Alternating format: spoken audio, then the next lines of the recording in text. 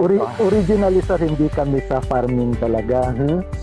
Lahat ng mga halos nagre-retiro ay farming ang gusto. Malitan man o malakihan. Back to basics. Back to basics. So, thank you. At isa kayo sa mga naringgan ko ng ganyan. Meron na rin ako naringgan ng ganito, corporate world. Pero ngayon naging successful sila.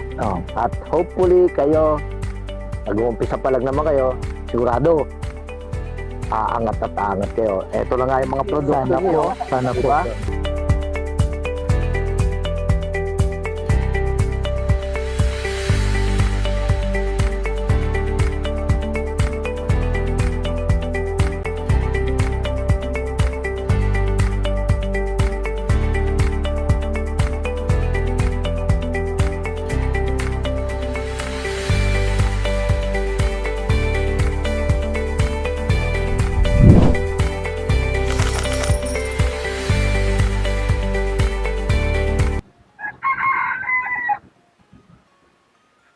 Sarap! Wow, thank Ano ba you to? po. Calamansi passion fruit juice. Okay, bago tayo lumaot ng ating usapan, gusto munang pakilala natin, Risa, no? Siyempre po, ipapakilala po natin sa ating pong mga kasaka at pamangingisda ang ating pong ibibida ngayon sa ating episode ng Negosyanteng Magsasaka. Sina Sir Ako po, Jeremiah Bravo. Gemma Bravo. Yun. At siyempre po, ito po ang inyong provincial agriculturist, Marlon Pascual Tobias, At ako naman po, si Riza May M. Pemano. para sa ating episode ng Negosyanteng Magsasaka. Ayun. Jerry, tanong ko lang ha. Ba't ba kayo? Santa Rosa, Las Piñas, and then Las Piñas, Santa Rosa. Sabagay, malapit na rin. Santa Cruz. Pero malayo yun. Opo. Yung pangalan lang malapit-lapit. Ba't ba kayo napupunta rito? Sa Santa Cruz. Opo. Originally sir, hindi kami sa farming talaga. So kaming mag-asawa is nagtrabaho sa corporate world. Ako po bilang inhinyero sa engineering firm, si Mrs. naman ay certified public accountant. So nagtrabaho siya sa banking institutions. So nagkataon po na nakapagtrabaho kami locally and abroad. Nung mga ilang taon po kaming pagkatapos magtrabaho abroad, nag-decide po kami na bumalik sa Pilipinas. Isa po sa na-consider namin is pagsasaka. Opo. Kasi po, may background po kayo ng pagsasaka. Wala po. Pero parang ang nangyari po is nandoon yung passion muna. So parang hobby, passion. So na-acquire namin to during that time. Nakita namin yung importance, lalo na sa bansa natin. Pakunti na ang mga nagsasaka kasi. At the same time, napakaganda ng pagsasaka kung pupunta ka actually doon sa ginagawa. Opo. So nakita namin yon. At the same time, maganda ang impact sa amin. Naging masaya kami sa ginagawa. Yun ang mahalaga doon. Opo. Masaya ka sa ginagawa mo. Alam mo, yung nabanggit mo kanina, yung problema sa agriculture. Parang ang kumukonti na yung nag-engage into farming, agriculture.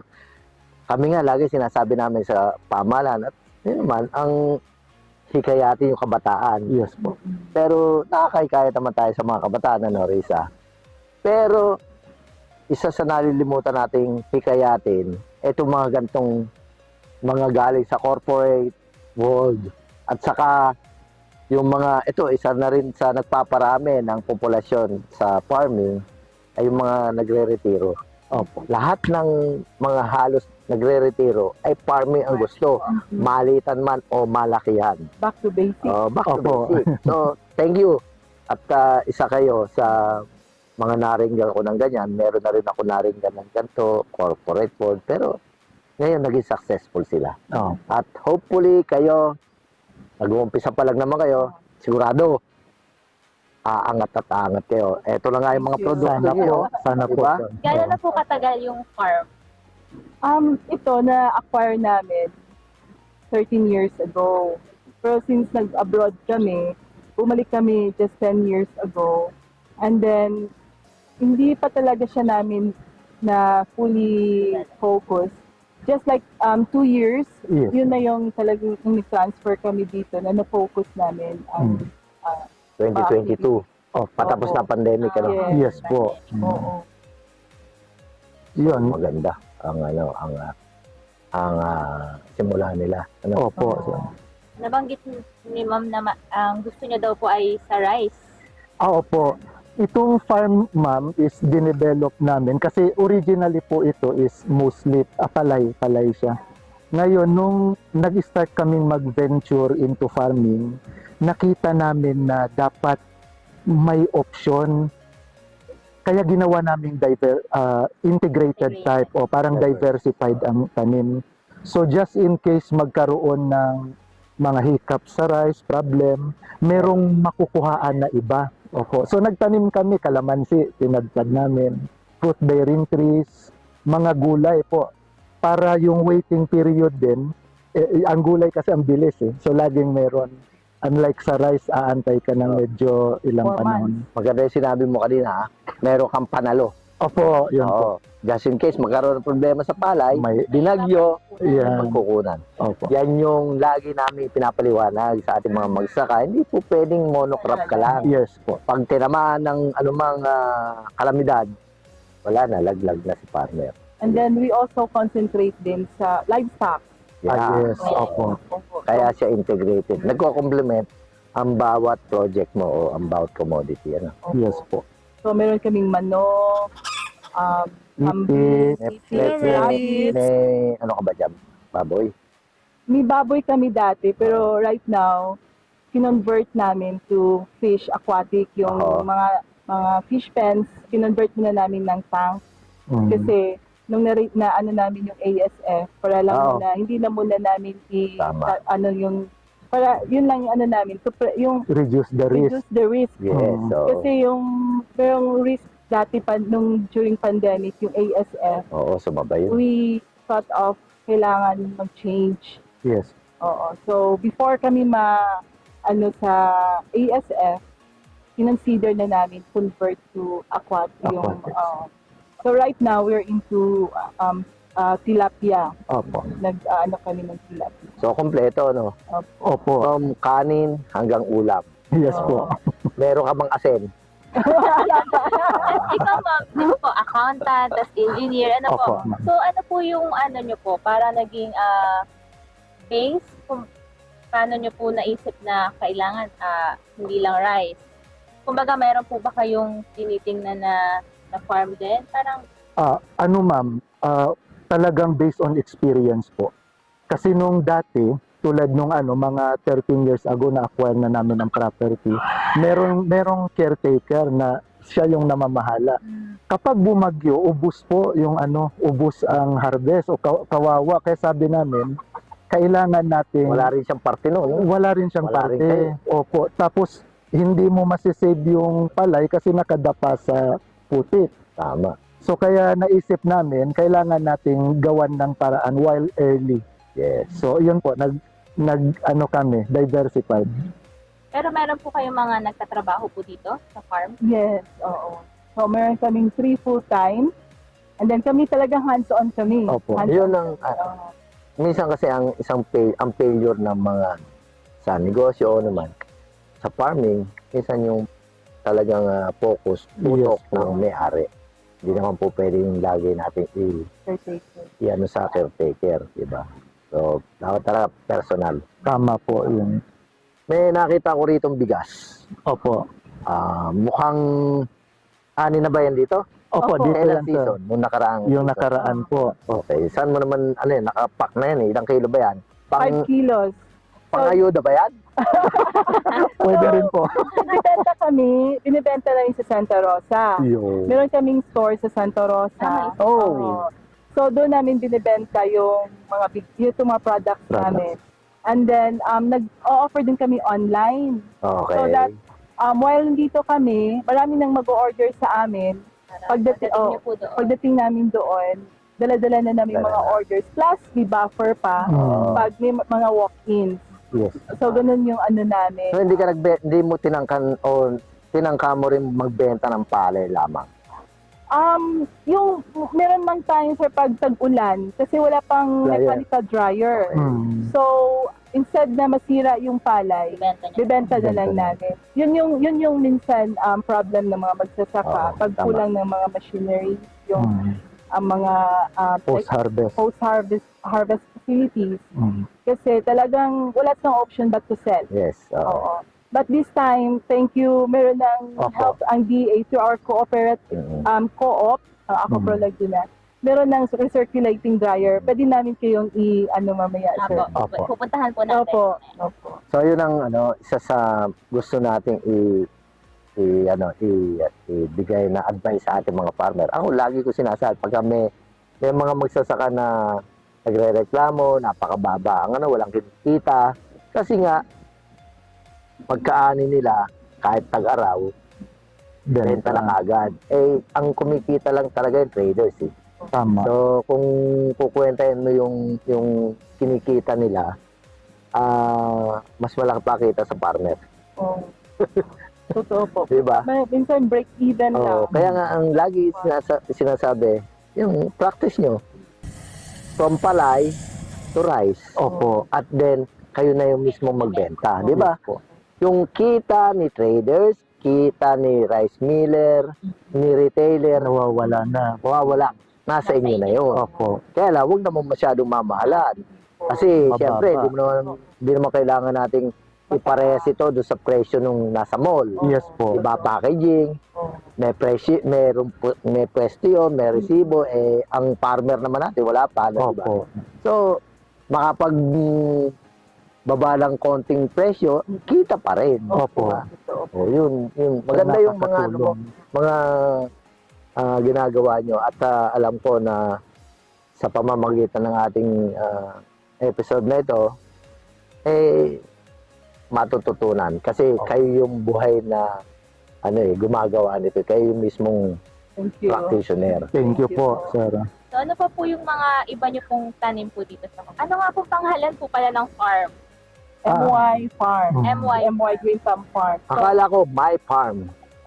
May period, MY. Opo. MY Kasi Farm. encourage namin mga bata to have this yung parang ownership as well. Mayroong mga gulay, okra, talong, kamatis.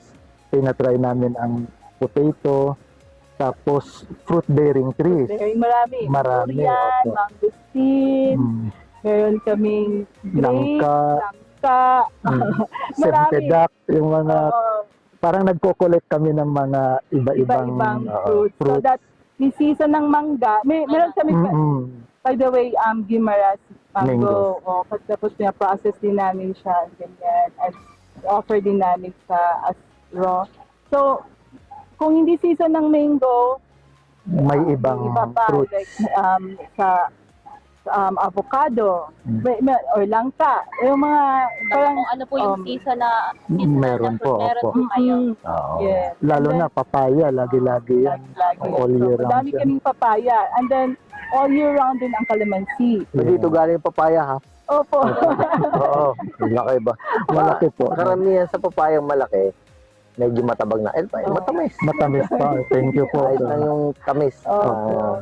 Naka-attend po ba kayo ng mga training about po sa adult? Yes. Opo. Siya yung nag-a-attend sa DA, mga trainings, pati online. Opo. Ako naman more on sa food processing sa TESDA, ALS.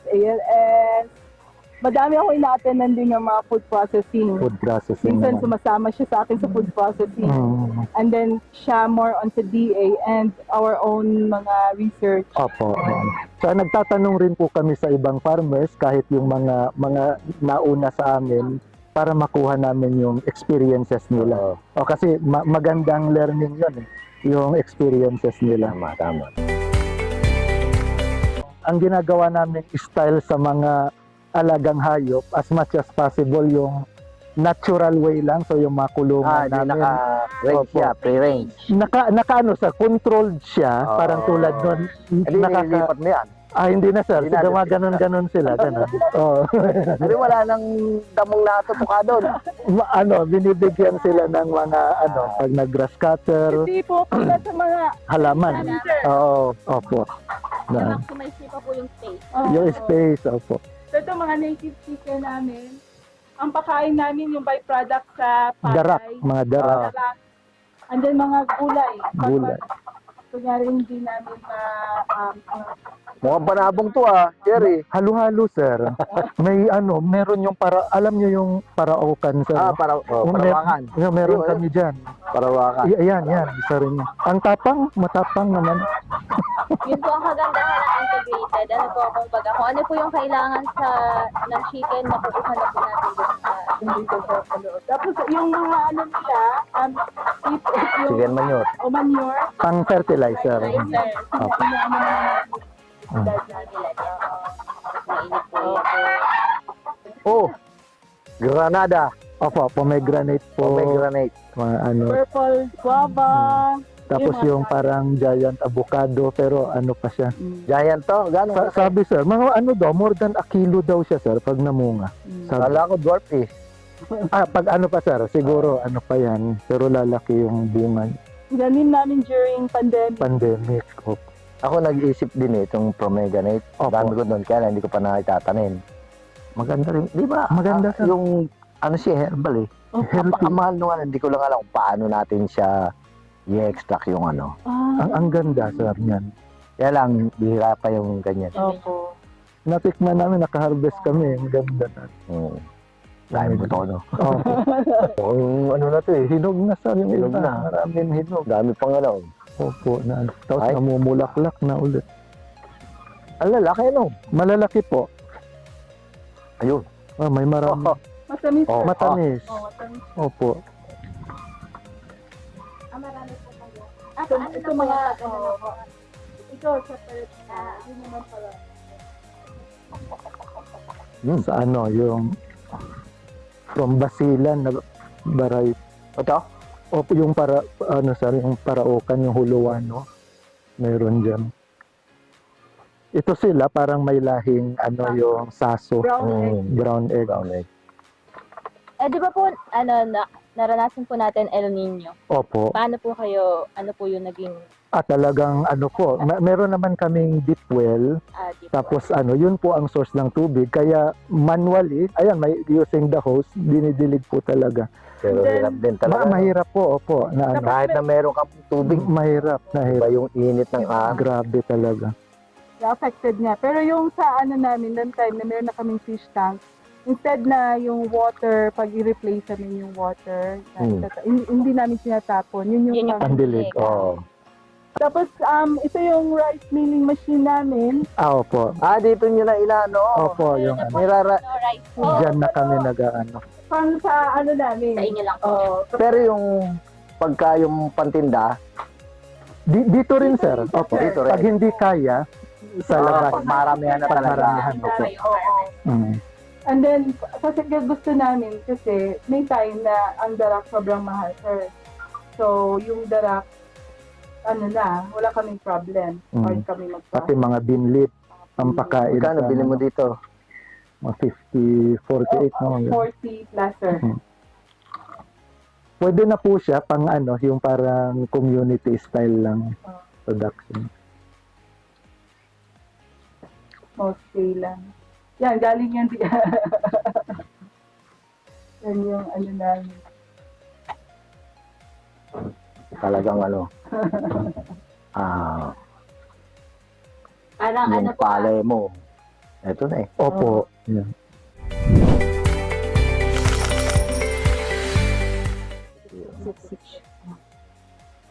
Siksik, liglig, wag lang Abangan sa aapaw. susunod na episode ng Negosyanteng Yung, Magsasaka. nilagyan pa uli ng sili. Sa pang sili.